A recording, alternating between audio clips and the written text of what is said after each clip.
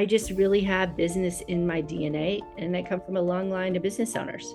My great grandfather owned one of the first Cadillac dealerships in the 1920s, and I just think about how bold and brazen he had to be. There's doers and there's dreamers. And I love dreamers, but I can tell within 30 minutes of somebody that calls me if they're a doer or a dreamer. It's your inner game that creates your outer results. How are all these people learning all the same strategies, and yet very few of them get the results? And he said, it's because it's always the inner game that creates it, not the strategies. You can teach skills, but you can't teach core beliefs. So you can try to explain something, why someone should believe one way, but if it's not genuine, they're going to crash and burn at some point. They can only fake it for so long.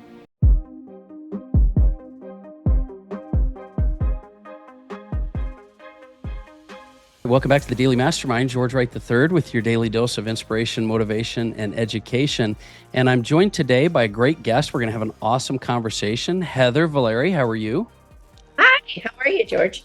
I'm good. I'm super excited to have this conversation because it's a topic that's actually been pretty mainstream here recently. So for people that don't know what your background is, I'm just going to give you a little intro and then we'll get into your story. But Heather's the founder and CEO of Meridian Business Advisors and an award-winning business broker, elite certifications held by less than 10% of the brokers worldwide. In fact, it's an industry where less than 10% are female. So in this industry, she's really been a trailblazer, and she's really developed some great strategies. She helps entrepreneurs not only to get started and launch, but maybe grow, scale, and build their business, but also specializes in these exits. So her mission is really to empower all business leaders, and she's also driven by this idea of transforming 1 million lives through business ownership. So I'm really glad to have you here, and I would love for you to maybe give us a little bit about your background and journey to even get into this space, because you definitely have some experience in this area. So tell us a little bit about yourself. Yes, so I have 20 years of experience in entrepreneurship. I had in my corporate days and as an entrepreneur, I had advised Fortune 500 firms, worked with global enterprises like Lowe's Home Improvement Company, Novant, a whole bunch I could name. And I've really enjoyed launching hundreds of startups and helping thousands of business owners unlock value and scale their businesses to prepare for high return exits. I just really have business in my DNA, and I come from a long line of business owners. Yeah, we talked about that beforehand. You really do have business in your DNA. Is it pretty much family? And forget your business itself, your business startups, your family and everything was pretty entrepreneurial and business oriented, right? Yes, my great grandfather owned one of the first Cadillac dealerships in the 1920s. And I just think about how bold and brazen he had to be, because Yeah. people had horses and automobiles were not a common thing for somebody to own. And for him to put his stake in the ground just to do that, just it's inspiring. Yeah, that's literally the ground for grassroots. And when you say in your DNA and family, that's literally what that means. And so it's funny, growing up, did you feel like you were always going to be in business, or was there a point where you just all of a sudden had something happening and you saw that fire you had for business? No, I always had that fire. I loved Maddie from Moonlighting, and I'm probably aging myself Okay. a little bit, and started a business when I was 12. I was delivering newsletters for a property management company, and I had a few other hustles, but I've always been entrepreneurial. And you picked maybe not one of the easiest businesses to get into, or industries, I would say, because a female broker in this kind of industry, it's like, how do you navigate that space? And what made you decide to go into that? Because as you said, you've had several kinds of businesses, but why business broker and growing businesses in particular? Was there a reason for that? I had worked in mergers and acquisitions and also in my own consulting firm. And I had this chance, serendipitous meeting with somebody, and we became fast friends, but we never talked business, which looking back was weird for me because I'm obsessed with business 24/7. And a year and a half later, he's like, what do you do for a profession? You seem like a very sharp business person. And this was somebody I met through Scout. So it was weird. And so we went out for coffee and we talked. And then he spent a year and a half trying to recruit me to come work with him at the global largest business brokerage company. And eventually I was ready for a shift. It was around 2012. The economy was changing. I was bored. Yeah. I was ready for something new, and I was already doing corporate mergers and acquisitions. And I liked this idea of doing small business brokerage because I was already doing startups. And it was like, I felt like I was getting back to my family roots and Yeah. big corporate results to the small business owner. And that just re-energized me, gave me the passion back I needed. I think that's what I find with a lot of business owners and especially individuals like yourself that have background and experience in consulting and growing businesses is it can get a little mundane. And especially if you're really good at what you do, it becomes a little kind of secondhand. You can take an organization and size it up and know what to do and pull the trigger and pull the levers. But when you get back to entrepreneurial, dealing with founders and owners and the challenge of even exits and brokerage, it sounds like, and I can understand where you're coming from. It sounds like that's what kind of re-energized you. And would you say, I'm curious because I have this conversation with businesses, do you thrive in solving problems or do you thrive more in the growth and opportunity side? And it might be both, but I was curious about that. Say definitely solving problems and transforming businesses. I'm just a creative thinker and obviously an analyst, but I just love that. So when you work with businesses, because you've got a background in corporate mergers and acquisitions and marketing, you do a lot of marketing with your clients. What do you do with a typical business? First of all, tell me what type of businesses do you feel really benefit from having a strategist or a consultant come in? Because there's just so many consultants and people that all sound like rock stars out there nowadays. It's really hard to know until you get down the road and you're like, this person has no experience at all. So you do things I know a little bit different, but where do you start with a business when they're coming and what businesses do you generally work with? Yes, so I love working with aspiring entrepreneurs. I work with veterans, people that have been laid off or have aged out of the corporate world, or maybe it's a stay-at-home mom that wants to get back into the profession and wants to own her own business. Because think about with your health, you don't just grow up, never see a doctor, and then you're 50 and I'm going to go see a doctor for the first time. Yeah. Or coach, you need somebody, a business strategist, to check in at every point of your journey. Yeah. I love when people reach out to me when they're starting because I can save them time and money.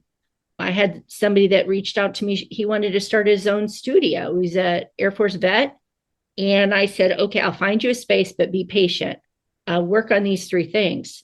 And every now and then, oh, I want to get my studio, blah, blah, blah. I'm like, hold on. When I knew the right space opened up, I called him. I said, now it's time. I got him 3 months rent free. I got him a free build out and helped Yeah. him with marketing. And that was the space to do it. Yeah, it's interesting because business owners, let's call them founders or businesses at all levels, by the way, but a lot of times you don't know what you don't know. And so you start in what I've found, most people start in the wrong spot, the wrong place. So they're going out and trying to do their website or get a location and they don't even have a strategy yet. They don't even have a business yet. So it's really the big bit. You said it, save time and money.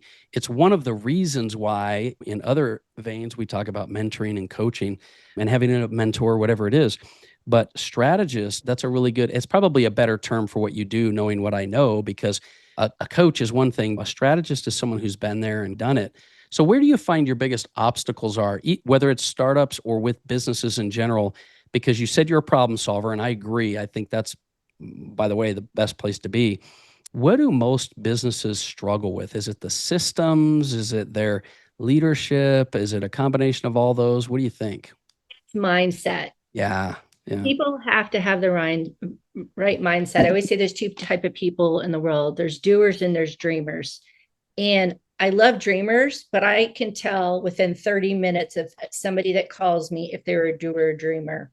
And I'll give you a quick example. I had a firefighter who had saved his money. He didn't have a lot of money, but he had just enough money to start a business and buy something. And then I had a woman, a CFO with a very high net worth, this great professional track record. They both wanted to buy a business. Guess who bought the business? The firefighter. The mindset. Yeah. Yeah. Firefighter. He knew how to take chances and he could believe in himself. Because of the way he thought. I even tried changing her mind. Yeah. But I just was like, when you're ready, call me. I'll be here. You know what's ironic is you're right. I think that's one of the reasons why so many young people today are doing so is they don't have all this baggage and this I know it all and they just go do it like they don't even know better. But I think it's funny because when I talk to people about business, they always want to talk strategy and marketing, and those things are all very important. And the more experience you have, the better. But they don't seem to realize that it's your inner game that creates your outer results. And the challenge, and I'm curious your thoughts on this, most people want to build something that's bigger than they've ever had, and it's a life that they want to create that it's outside their current sphere of skill, and so they don't know what they're doing, and they really struggle with it because they don't technically have the mindset to be that business yet. How do you get them from where they're at to where they need to be, because a mindset is so important? Right. I will do an assessment with them because I want to see who they are at their core. Mm, Are they action takers? How strong is their motivation to take action? Are they coachable? And do yeah, they have a do that's or die mentality? Because people that have a do or die mentality will work hard and do whatever it takes. And those are the people I want to work with. I had a multi-millionaire that wanted to come work with me, and he was shocked I turned him down. And he was smooth, he was charming, handsome, bright, MBA, everything else. But he came across his money the easy way. And he really just did not have respect or get the grit that a business owner takes to build a business from the ground up. And those are the type of people I want, are the people that can understand the sweat, the blood, and the tears, the yeah. sacrifice. Because how can I say my firm is one of the best if we can't relate to the business owner on the other side of the table? Yeah, there's so many lessons in that. I want to point this out to our listeners. Number one, you can't be afraid to turn down or even fire clients. They have to align with what you're trying to accomplish. And I think it's so important that you said that. I'm bringing it up because a lot of times people don't listen and they don't hear the meaning behind the words. You have to be able to do this. This speaks to Heather, to your mindset of being like focused on what you want. But the other thing you said, which I thought was subtle, and a lot of people, my job is to point it out, is that you start with an assessment. And I think so many people today, because they claim to be experts and they got all these strategies and these cool ideas they heard on TikTok, whatever it is, they start with strategies and they get down the road or they're out there trying to implement things and they don't realize there's a reason it's not working. And I don't want to go too long on this, but I want to give you an example of this. So we're doing events in Asia with Harv Eker in personal development and with the thousands and thousands of people. And I asked him a question backstage. I said, how are all these people learning all the same strategies, and yet very few of them get the results? And he said, it's because it's always the inner game that creates it, not the strategy. So when you said assessment, it speaks to your knowledge and expertise to say, look, I know if I'm going to make a difference with a business, I have to start by figuring out where they are, right? Where they're at. If you don't assess that, it's not going to, not just because you want to have the right clientele, but because it'll make a difference. How important do you think the inherent skills are, like I'm motivated inherently, versus what you can help them to build if they don't have it? Because are those things like that you can help them to grow into, or is it an innate thing? You can teach skills, but you can't teach core beliefs. I can take somebody lacking confidence and help build that up. And I've Yeah. done that. But you can't really teach values. You can try to explain something, why someone should believe one way, but if it's not genuine, they're going to crash and burn at some point. They can only fake it for so long. Yeah, I love that you said that. I hope you guys caught that. She said you can teach skills, and then she said, I can teach confidence. People think confidence is just something you have or don't. It's not. It is a skill you can build. And guess what? When you have someone helping you that has knowledge and experience, your confidence kind of boosts automatically. No, I agree with that 100%.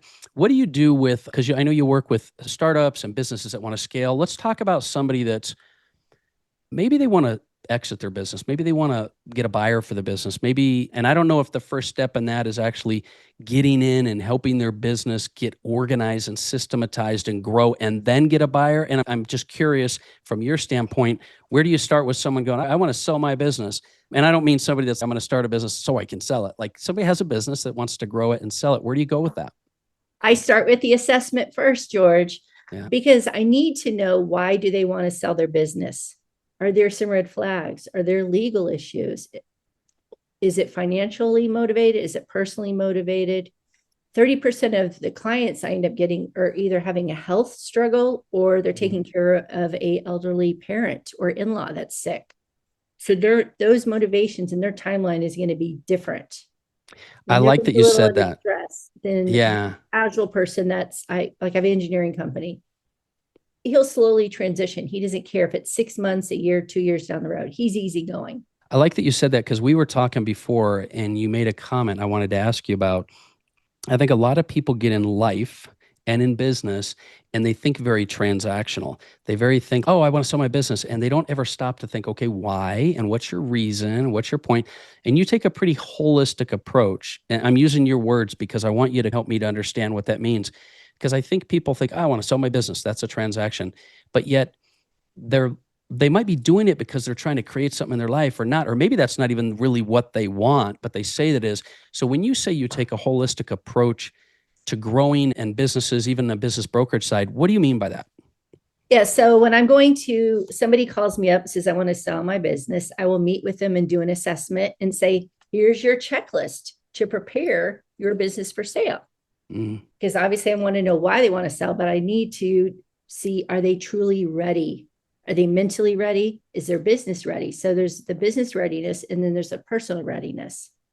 Because sometimes people can have shock after they sell business, not necessarily with me. I sold a logistics company and the guy he did it for 25 years and logistics people work around the clock, right? It's a high stress industry.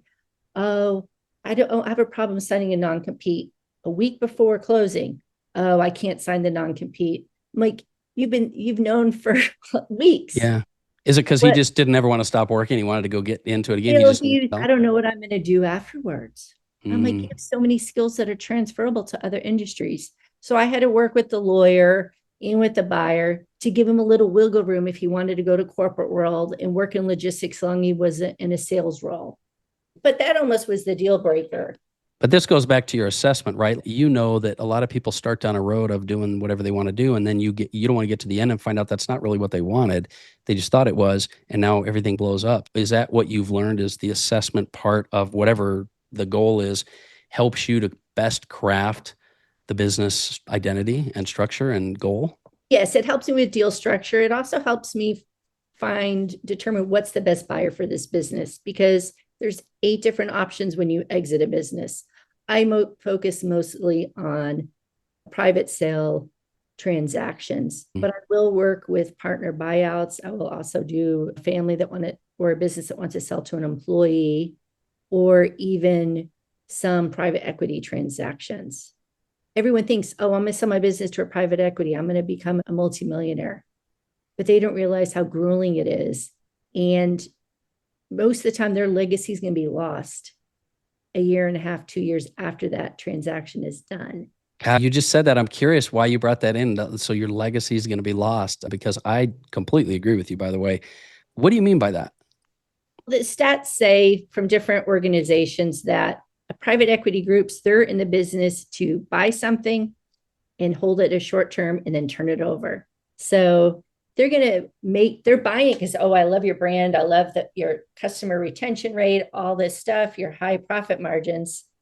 They want to commercialize it. How can we build this and make it bigger? Then they're going to turn around and sell it to somebody else. And they do leverage debt. A lot of time they will leverage 50% debt to do that. Yeah. Their goal is all transactional. They're all monetary based. It's not about maintaining. So one thing I didn't mention, but I probably hinted at, culture is very important. When you're selling a business and the person cares about their legacy, it's not just about who will write me a check for that business, but who's going to be a culture fit. I, on a few times, I said to the seller, hey, I don't think this is a good culture fit. Some things have come to light that I'm concerned about your employees, since that was something that was one of their priorities. I said, I think we need to put a pause on this and reevaluate. Is this still a serious concern of yours? Let's discuss this. Maybe we need to talk to some of the other buyers. And we have done that. Yeah, and actually, one of them was a private equity group we walked away from, and I got them another buyer in 30 days. It's funny because it does help to have somebody that's looking out for the best interests of all the parties, but also to help you really. I think sometimes business owners, individuals, high achievers, whatever it is, don't really know what they want. They need clarity in helping them to figure out. And if they think they know what they want, the path they think to get there isn't always the best one either. I like that you said legacy. And it made me remember a question I was going to ask you, because you're with Meridian Business Advisors. You're doing well. You've got a lot of experience. You're well connected, but you're looking to get into the podcast space as well. You're going to be launching a new podcast, Legacy Builders. What made you decide to want to do that? And I'm curious about that.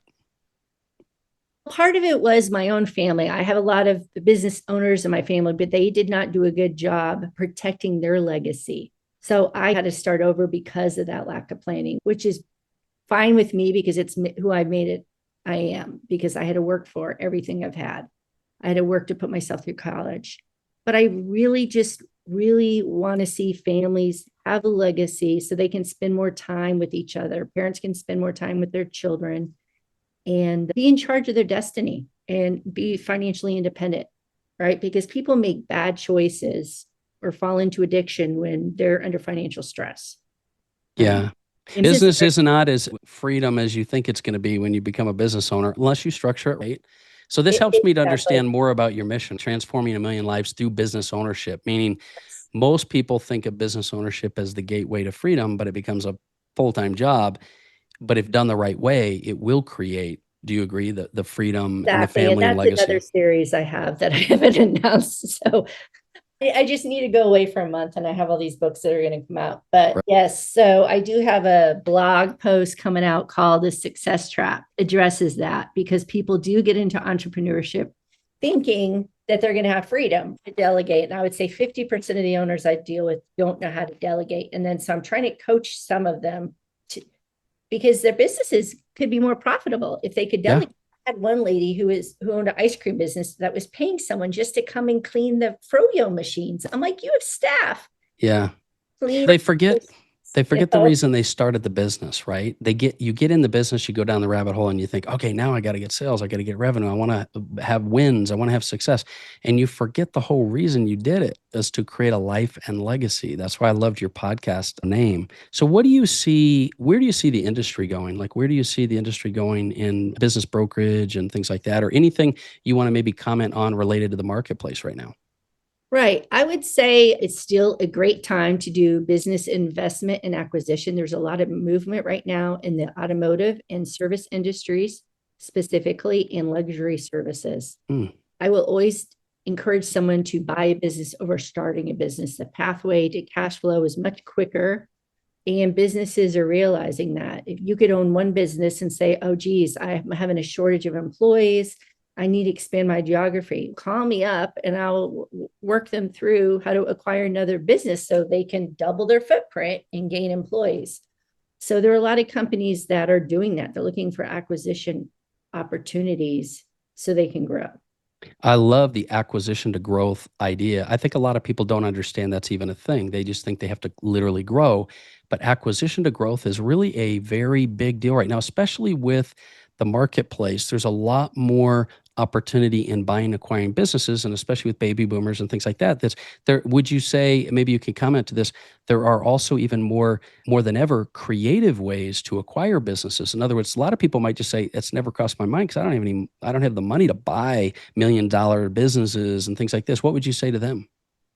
It depends on their personality profile, but franchise resales are a great opportunity to get into business ownership at a low cost of entry. Because if you look at a franchise business model versus a startup business, franchise businesses will still be in existence 10 years later, 96% of them. Wow. Where a small business, 50% of them will fail within 5 years. From startup, yeah. For sure. So I've had people call me about restaurants and I'll say, go buy a failing restaurant and then you'll save significantly on the build out. Yep. Which I hate to say, especially during COVID, there were people that were in so much trouble that needed to get out. 60% of restaurants failed during COVID. Wow. Yeah. And it's like we said early on, you don't know what you don't know. And when it comes to business and scaling business and mergers and acquisitions or business brokerage, it's just something that you really an individual doesn't need to know, because there are people like you that specialize in that. So I really love that. I love the idea of connecting people with you. I think we're going to be real anxious to see what happens with your podcast and whatnot. But before we get going, is there anything else? Like what other tip or strategy or anything would you like to leave the audience with specific to your business or not that would be some parting thoughts from you? Just encourage people that if they're scaling or selling their business, I have 5 questions for them. Oh, I love it. Do I want to grow organically or through acquisition? Is my business dependent on me, or could it operate without me? Have I diversified my revenue streams, or am I still riding one wave? Is my financial documentation clean, clear, and defensible? And what would make a buyer excited to invest in my business? I like those a lot. So I'm gonna ask you to go through them one more time with you. So listen, I want you guys to listen to me because you might have been on the treadmill, you might have been driving, whatever. But if you are looking to buy or sell your business, these are 5 core questions that you need to ask yourself. So if you have to write these down, write them down. But let's go back through those 5 again one more time, Heather. Do I want to grow organically, or could I scale through acquisition? Is my business dependent on me, or could it operate without me? That's every business owner needs to ask. Yes. Have I diversified my revenue streams, or am I still riding on one wave? Meaning, businesses that have multiple revenue streams will always sell for a higher value because you never want one customer concentration to be over 50%. Yeah. Is my financial documentation clean, clear, and defensible? A buyer will run away if your books are not in order. And what would make a buyer excited to invest in my business? I always encourage sellers or people thinking about selling is, what would a buyer think if they looked at your business? Yeah, you know what's interesting is I was thinking through the lens on those 5 questions. That is literally the best questions you could have for acquisition or sale, but it's also a great foundation if you are launching a business, because if you begin with the end in mind and you're trying to find out where's my value proposition, where am I going? Is it going to be completely bent on me, which means I'm creating a full-time job? Is it something where people are going to be excited to work with me and I have diversified revenue? Those are great questions for both founders and startups, launches, growing your business, or exit. Wouldn't you agree? Yes, and that's why I presented them, because I wanted to Love it. add value to your audience. I love it. No, that's super good. Listen, I think, correct me if I'm wrong, maybe the best place for people to connect with you is we'll put your website on there and links to all your socials so they can connect with you. Is there any other, or what's the best way for people to connect with you? I would say on LinkedIn or my website, Meridian Business Brokers. If they reach out to me on LinkedIn, I'm happy to share a guide, 5 tips to selling your business. Great. Oh, that's perfect. We can do that. And Heather is someone that we featured in Valiant CEO magazine, so you can go check out that article as well. She's very well known, and we wanted to make sure that we had that. So I'll put that reference link as well in the show notes. But listen, guys, we appreciate you joining us today, and I hope you've gotten some thoughts, insights, inspiration towards potential ideas you can do to grow your business, exit your business, or even maybe just take your business to the next level. So if you do me a favor and share the show, I would appreciate it. And like I always said, I say this almost every episode, it's never too late to create the life and the business that you were meant to live. And you've got to take some action. Make sure you surround yourself with the right people. We appreciate you being here today. Hit me up on the Daily Mastermind. Let me know what you're working on, and I'll talk with you soon. Have a great day.